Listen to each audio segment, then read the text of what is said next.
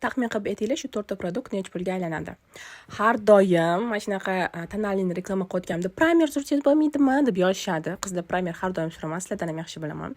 Xo'sh, bu ismini yaxshi aytolmas, Charlotte Tilbury'ni tonalnisi rangi menga bitta tonga och, chunki bu o'rtog'imniki, lekin menga yoqqan taraflarini birinchi aytib o'taman, keyin minuslarini ham aytaman. Stoykisi bemalol 16 soatgacha yetar ekan, lekin men 12 soatcha servis qildim.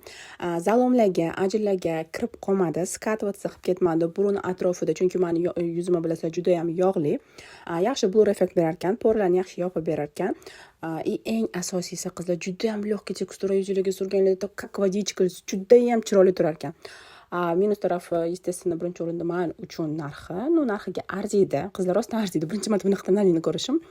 Ikkinchi minus tarafi bo'lsa, agar yuzingizda ugrilar уже quriyotgan bo'lsa, o'sha qurigan joyini shilshinasini bildirib qo'yar ekan. Shu kichkina minuschasi bor ekan, lekin pluslari ko'proq ekan. Olishlarni обязательно rekomendую. Pul yig'ib bo'lsa ham olinglar.